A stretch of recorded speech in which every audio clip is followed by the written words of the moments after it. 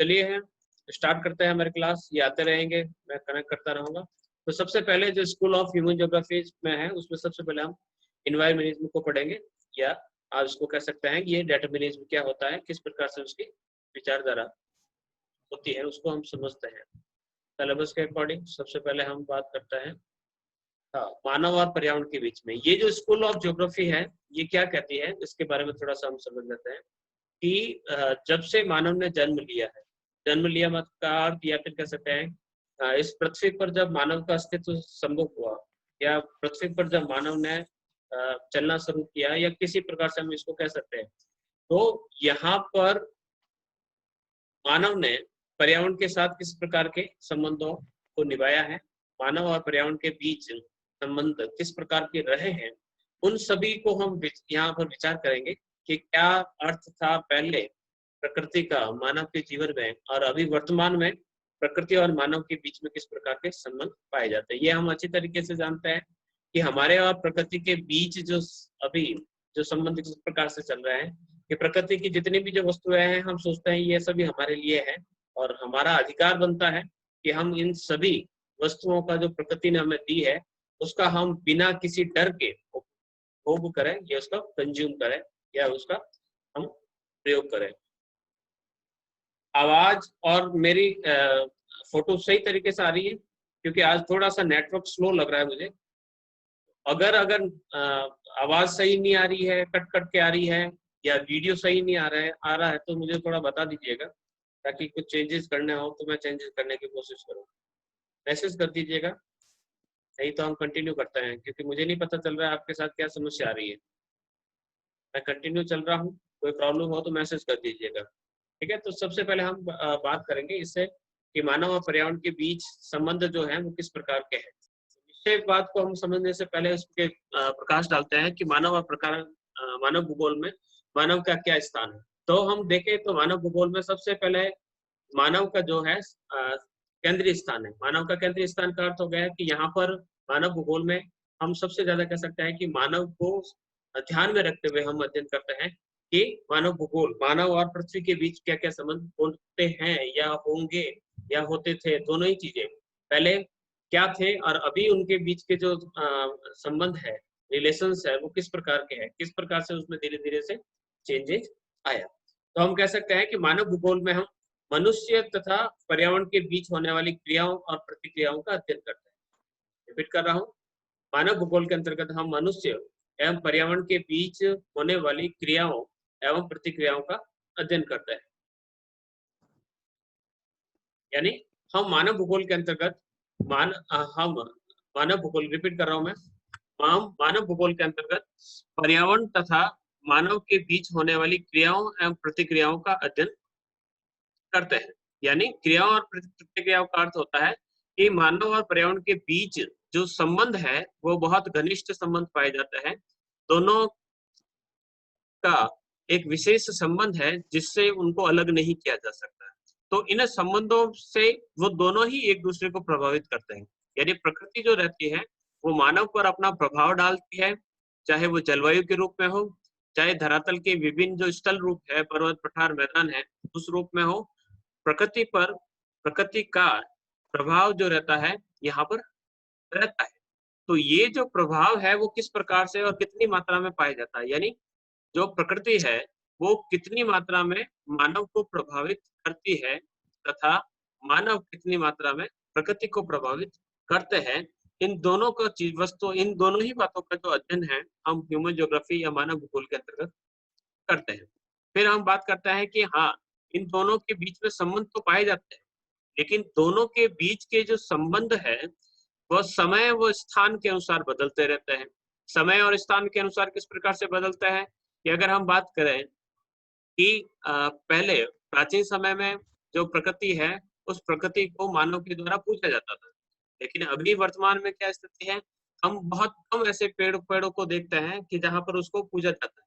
प्राचीन जितनी भी हमारी परंपराएं हैं और कई ऐसे त्योहार हमने बनाए हैं, उन त्योहारों के माध्यम से हम उन पेड़ों को, प्रकृति के विभिन्न स्वरूपों को हम पूजने का कार्य कर रहे हैं।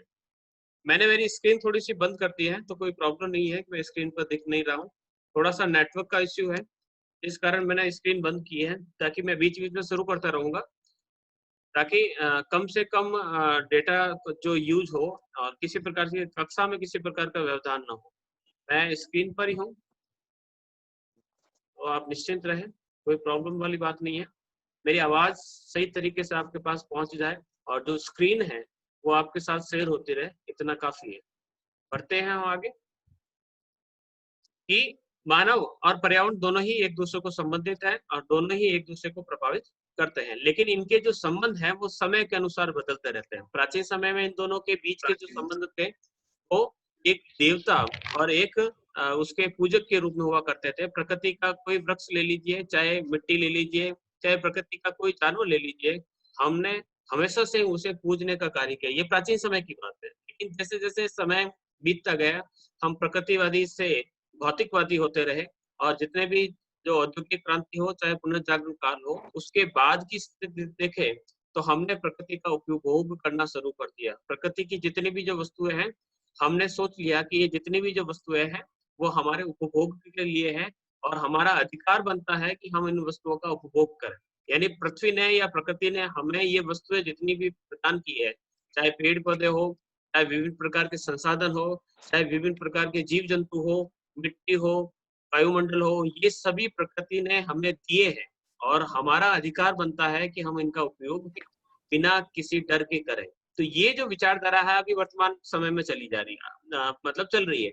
इससे पहले प्राचीन समय की बात करें तो मैं कह रहा हूँ बार-बार कि हम हमेशा प्रकृति को पूजते आए हैं और हमारी विचारधारा अलग रही। तो समय के अनुसार इस विचारधारा में परिवर्तन आया है और दूसरा स्थान के अनुसार भी ये जो बातें हैं, ये बदलती रहती है। जिस प्रकार से हम बात करें कि ऐसे क्षेत्र दुर्गम क्षेत्र जैसे कि हम मान लीजिए हम अंटार्कटिका की बात करते हैं या आर्कटिक की बात करते हैं, तो वहाँ पर मिट्टी का इतना महत्व है कि मिट्टी उनके लिए एक देव के समान है।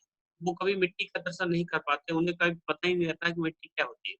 क्योंकि वहाँ पर किसी प्रकार का अपक्षय होता है, ना अपरदन होता है और न ही वहाँ पर मिट्टी निर्माण करने के लिए विभिन्न प्रकार के जीव-जंतुओं के अवशेष वहाँ पर प्राप्त होते हैं, क्योंकि इन चीज़ों की वहाँ पर कमी पाई जाती है।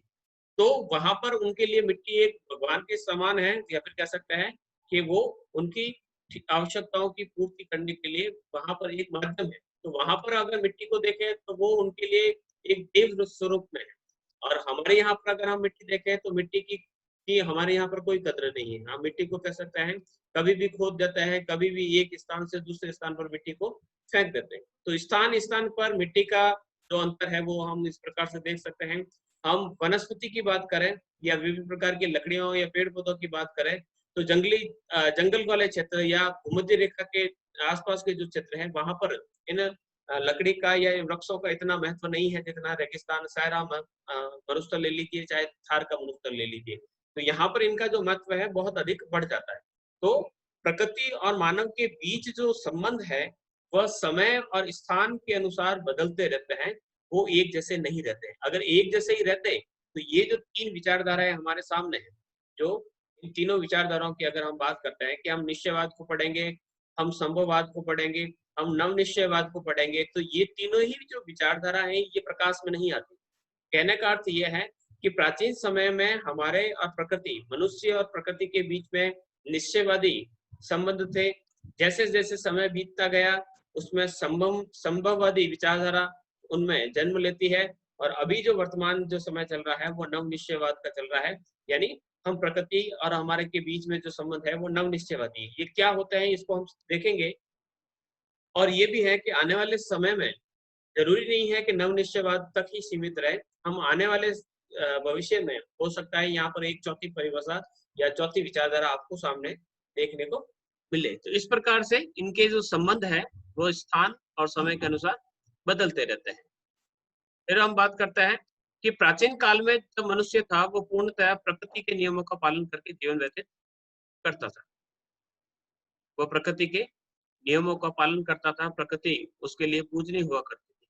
लेकिन आधुनिक समय में जैसे-जैसे विज्ञान और प्रौद्योगिकी का विकास हुआ है, तो उस विज्ञान और प्रौद्योगिकी के विकास के साथ-साथ उसने प्रकृति पर विजय पाना शुरू कर दिया। उसने देख लिया कि हम प्रकृति पर विजय पा सकते हैं, हम प्रकृति को दबा सकते हैं। मनुष्य इतना बुद्धिशाली व्यक्ति है कि वह प्रकृति के हाथ में नीचे बैठ नहीं सकता या फिर प्रकृति के पर निर्भर नहीं रह सकता, वो प्रकृति को कंट्रोल कर सकता है। चाहे जलवायु को देख लीजिए, तो जलवायु को बदलना है तो मनुष्य के हाथ में एकदम सिंपल सा है कि अगर कहीं पर बारिश नहीं हो रही है तो वो आसानी से कृत्रिम साधनों के माध्यम से वो बारिश करा सकता है। अगर कहीं रेगिस्तान है तो वहां पर वो जंगल लगा सकता है, और जहाँ जंगल है उसे काट काट कर वो मैदान में भी बदल सकता है। पहाड़ी भूमि को काट काट कर वह वहां पर मैदान भी बना सकता है। तो हर प्रकार की संभावनाएं है, और ऐसे ऐसे फल जो केवल इन्हीं विशेष क्षेत्रों में ही पाए जा सकते हैं, उन फलों को वो किसी भी क्षेत्र में पाल सकता है।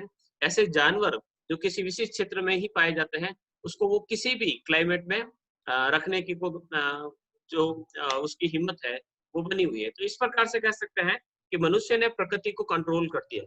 लेकिन पहले की जो विचारधारा, जिसको निश्चयवाद कहेंगे हम, निश्चयवाद के अंतर्गत विचारधारा थी, या उस समय यही विचारधारा थी कि प्रकृति पर कोई विजय नहीं पा सकता, जैसा प्रकृति चाहती है वैसा ही मनुष्य को करना पड़ता है। तो ये तीनों ही को हमने एक साथ देखा है।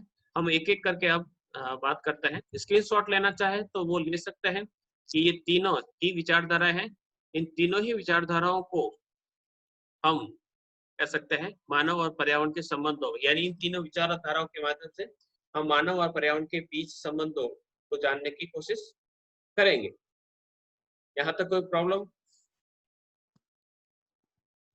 है? नहीं तो स्क्रीनशॉट ले लीजिए। ये निश्चयवाद का जो है, यहाँ तक निश्चयवाद जो है, यहाँ पर आप स्क्रीनशॉट ले सकते हैं कि निश्चयवाद का या मानव पर्यावरण संबंधों की विचारधारा क्या कहती है। फिर हम केवल और केवल निश्चयवाद के बारे में बात करेंगे कि निश्चयवाद क्या होता है, कौन कौन से व्यक्ति इसके समर्थक थे, और क्या क्या इसके अलग अलग प्रकार के नाम से इसे जाना जाता है, और क्या इसके अंतर्गत कहा गया है, या क्या विचारधारा इसके अंतर्गत रखी जाती है। तो डाउट वो तो पूछ लीजिए, नहीं तो हम आगे बढ़ते हैं।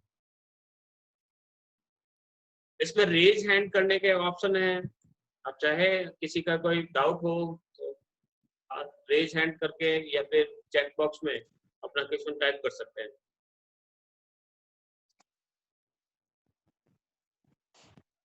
कोई नहीं?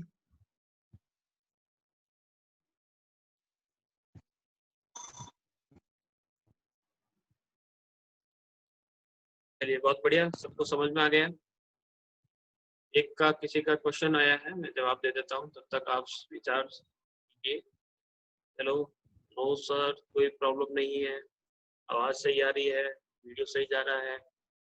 चलिए, कईयों की ये थोड़ी सी होगा, मन में प्रश्न होगा कि हमने जो ये जो सेशन है वो लाइव क्यों रखा, जबकि बाकी के जितने भी है तो वो वीडियो यूट्यूब पे अपलोड होते हैं, सारे विषय के अपलोड होते होंगे, और मैंने लाइव सेशन रखा है। तो उसके पीछे मेरे कुछ तर्क थे कि अगर लाइव वीडियो की देखें तो हमारे सामने कोई अगर किसी प्रकार की कोई प्रॉब्लम है, यूट्यूब वाली एक मशीन है, वो मशीन चलती रहती है, और यूट्यूब पर आपको बहुत सारे वीडियो मिलेंगे, इस विषय के भी मिलेंगे, और हो सकता है कि मेरे से भी अच्छे पढ़ाने वाले मिलेंगे, लेकिन वहां पर आपकी समस्या का कोई समाधान नहीं कर सकते। तो वो केवल और केवल आप सुन सकते हैं, देख सकते हैं।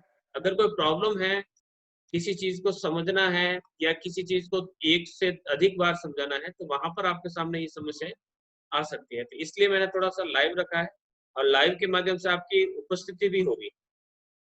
जो यूट्यूब पे क्लास होती है उसमें किसी प्रकार की आपका अटेंडेंस नहीं होती है। यहाँ पर बकायदा मैं आज वापस याद दिला रहा हूँ आपको, आपको एक गूगल फॉर्म मिलेगा। गूगल फॉर्म के अंतर्गत आपको अपना नाम लिखना है, ठीक है। ईमेल आईडी पूछता है, जैसे आज मैंने ईमेल आईडी का ऑप्शन नहीं रखा है तो कोई बात नहीं, आप अपना नाम लिख लीजिएगा। आज की क्लास के लिए दिनांक आपसे पूछी जाएगी, और वही एक्सपीरियंस क्या है आपका, जो फीडबैक रहेगा। फीडबैक में किसी का नाम नहीं आता मेरे पास, तो निश्चिंत होकर आप फीडबैक देवे, जो भी है, खराब, बहुत ज्यादा खराब, औसत, बढ़िया और बहुत बढ़िया, ये 4 ऑप्शन रखे हैं। जो भी है आपके सामने, जैसा भी आपको लगे, आप फीडबैक देकर उसको भर दीजिएगा और सबमिट कर दीजिएगा, ठीक है। बढ़ते हैं हम आगे। इसका स्क्रीनशॉट किसी को लेना है तो ले लीजिए, और हम केवल और केवल निश्चयवाद की बात करेंगे। मैं थोड़ा सा मेरा स्क्रीन बंद कर देता हूँ ताकि हमारी जो ये ऑनलाइन सेशन है चलता रहे। हम बढ़ते हैं केवल और केवल निश्चयवाद की। निश्चयवाद क्या है? तो निश्चयवाद को हम, यहाँ पर मैं आपकी स्क्रीन को थोड़ा सा बड़ा कर देता हूँ।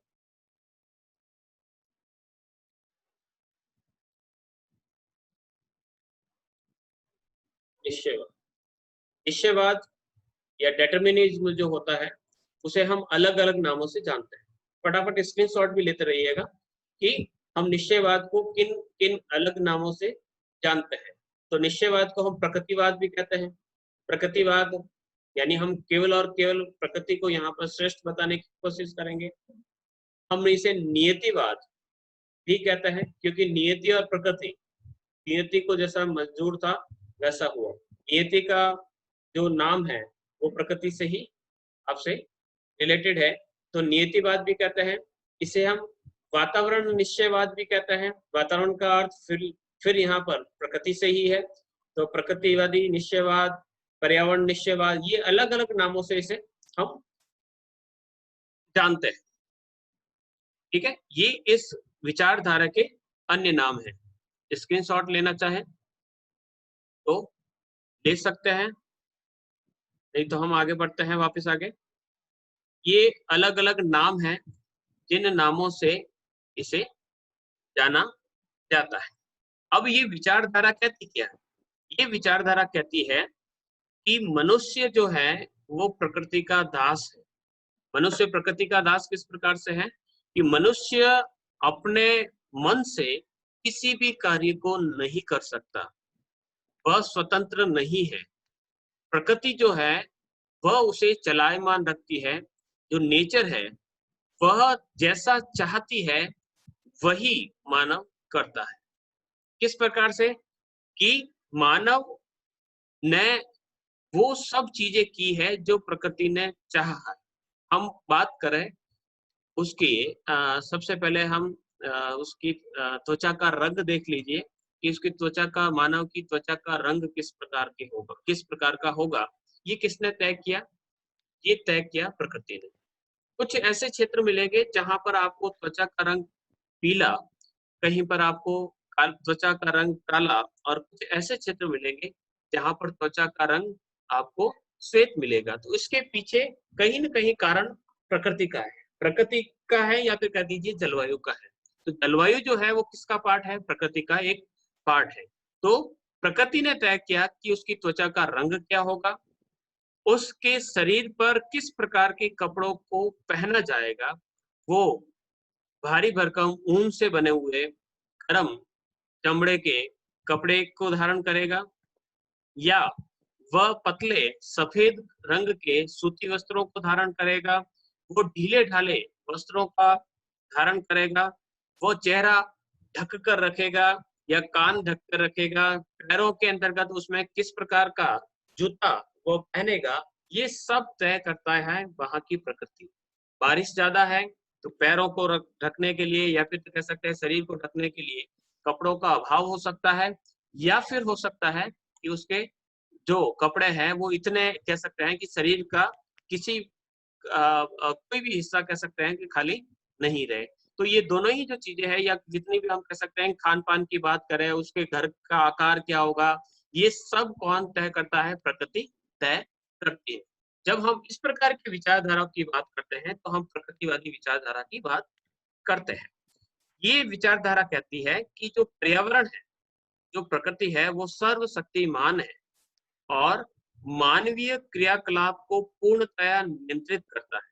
यानी जो प्रकृति है वही पूरे के पूरे मनुष्य की जितनी भी जो क्रियाकलाप है वो सारी की सारी तय करने का कार्य प्रकृति के द्वारा किया जाएगा। अब क्रियाकलाप के माध्यम से देख लीजिए कि वह व्यक्ति शिकार करेगा या कृषि कार्य करेगा, या फिर कह सकते हैं कि किस प्रकार के वस्तु जानवरों को भोजन के रूप में स्वीकार करेगा, या भोजन के रूप में विभिन्न प्रकार के फलों का सेवन करेगा, या भोजन के रूप में मछली का सेवन करेगा। तो ये सब चीजें तय करने का जो अधिकार है वो किसका है? प्रकृति का है।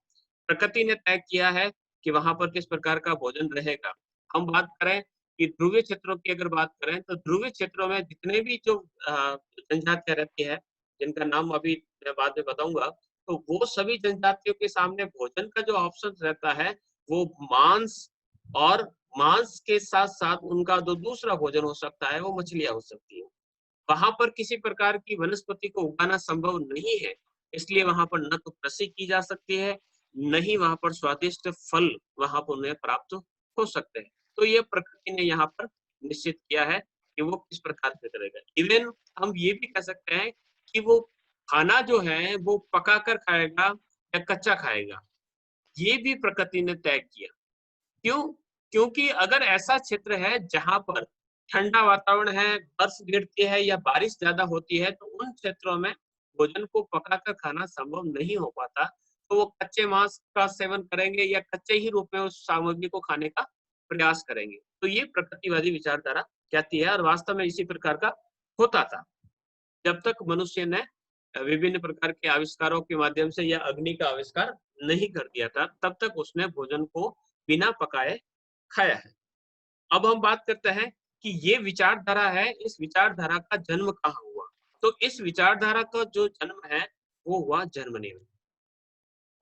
इस विचारधारा का जन्म जर्मनी में हुआ, और इस विचारधारा के अनुसार भौतिक पर्यावरण के तत्व ही, भौतिक पर्यावरण का अर्थ हो गया कि जितने भी जो प्रकृतिवादी जो तत्व है, आपके जलवायु, पर्वत, पठार, मैदान, नदियां, झरने इत्यादि, मानव की क्रियाओं और उसके जीवन निर्वाह के साधनों और उसकी सभ्यता, समाज समाज की सभ्यता और संस्कृति, सभी को तय करने का जो अधिकार है वो इसी का है। यानी व्यक्ति की सभ्यता क्या होगी, संस्कृति क्या होगी, क्या विचार होंगे, वह उग्र स्वभाव का होगा या शांत स्वभाव का होगा, वह किस प्रकार से विभिन्न प्रकार के सामाजिक सांस्कृतिक जो त्योहार है उनको मनाएगा, और उनके लिए कौन कौन से किस समय कौन कौन से त्योहार मनाए जाएंगे, ये सभी जो कार्य है, इवन वो क्या कमाएगा, किस प्रकार की आर्थिक क्रियाएं करेगा, ये सभी जो कार्य हैं वो प्रकृति के द्वारा निर्धारित होते हैं। क्योंकि पर्वत, पठार, मैदान, तीनों में हम देखें तो तीनों ही क्षेत्रों में पाए जाने वाले जो व्यक्ति है, उनका जो पहनावा है वो आपको अलग प्रकार का मिलेगा।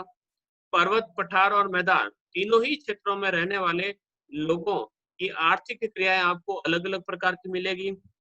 वहां पर पाए जाने वाले जो उनके पालतू जानवर हैं वो भी आपको अलग प्रकार के दिखाई देंगे। यहाँ पर उनका रहन सहन, खान पान, सब चीजें आपको अलग अलग प्रकार की दिखाई देगी। तो इसके पीछे कारण कौन है? प्रकृति उसके पीछे कारण है। आगे बढ़ते हैं हम आगे कि इसके समर्थक कौन कौन से। तो समर्थक, मैं यहाँ पर नए नाम है, मैं आपको स्क्रीनशॉट लेने के लिए कहूंगा। थोड़ा सा छोटा करता हूं मैं।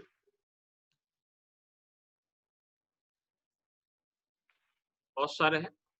विचारधारा का जन्म, मैंने कहा पहले से ही, विचारधारा का जन्म जर्मनी में हुआ, और इसके जो समर्थक थे वो हिप्पोक्रेटस, अरस्तु, जो महान राजनीतिक शास्त्री भी रहे हैं, हेरोडोटस, जानते होंगे हेरोडोटस, स्ट्रेबो, इतिहास का पिता कहा जाता है हेरोडोटस को। हेरोडोटस का हमने फर्स्ट ईयर के अंतर्गत भी पढ़ा था, जो डेल्टा शब्द का जो प्रयोग है उसके संदर्भ में। Strabo, al Masudi, Ibn Khaldun, Immanuel Kant, Humboldt, Ritter, Ratzel, Semple. Ratzel और सैंपुल को हमने पिछली क्लास के अंतर्गत पढ़ा है। अर्थ और परिभाषा, रेडजेल की किताब का नाम को बताएगा आप में से? एंथ्रोपोजोग्राफी। एंथ्रोपोजियोग्राफी, जनजातीय भूगोल, ठीक है, बहुत बढ़िया। फिर एलन सैंपुल, एलन चर्चिल सैंपुल, जो अमेरिकन थी और रेडजेल की शिष्या थी। तो रेडजेल जर्मन का था और जो सैंपुल थी वो कहाँ की थी? अमेरिका की थी। तो इन्होंने कह सकते हैं इस विचारधारा को आगे बढ़ाया। फिर है हटिंगटन, मैकेंडर, चिलोस्म, ये नाम है, ये आपको रटने ही पड़ेंगे, और ये सभी विचारक हैं जिन्होंने इस विचारधारा को अपनी पुस्तकों में जगह दी है कि वास्तव में इस प्रकार की विचारधारा रही है। मनुष्य केवल कह सकते हैं कि फोम का पुतला है, इस प्रकार की विचारधारा इसके अंतर्गत दी गई है। आगे बढ़ते हैं हम। अब इसका स्क्रीनशॉट ले लिया आपने, ठीक है। फिर हम कई बार आपके जो है किताब जो है ह्यूमन ज्योग्राफी, उसके अंतर्गत कई बार आपसे 2-2 नंबर के जो प्रश्न पूछे जाते हैं, उन 2 नंबर के प्रश्नों के अंतर्गत आपसे किताब या किताब किसकी है या फिर किताब का नाम दे दिया जाएगा या फिर आपको व्यक्ति का नाम दे दिया जाएगा। तो ये किताबें हैं, जैसे कि सबसे पहले मैं बात करता हूँ, ए मॉडर्न सिंथेसिस, ये पी हैगेट की किताब है।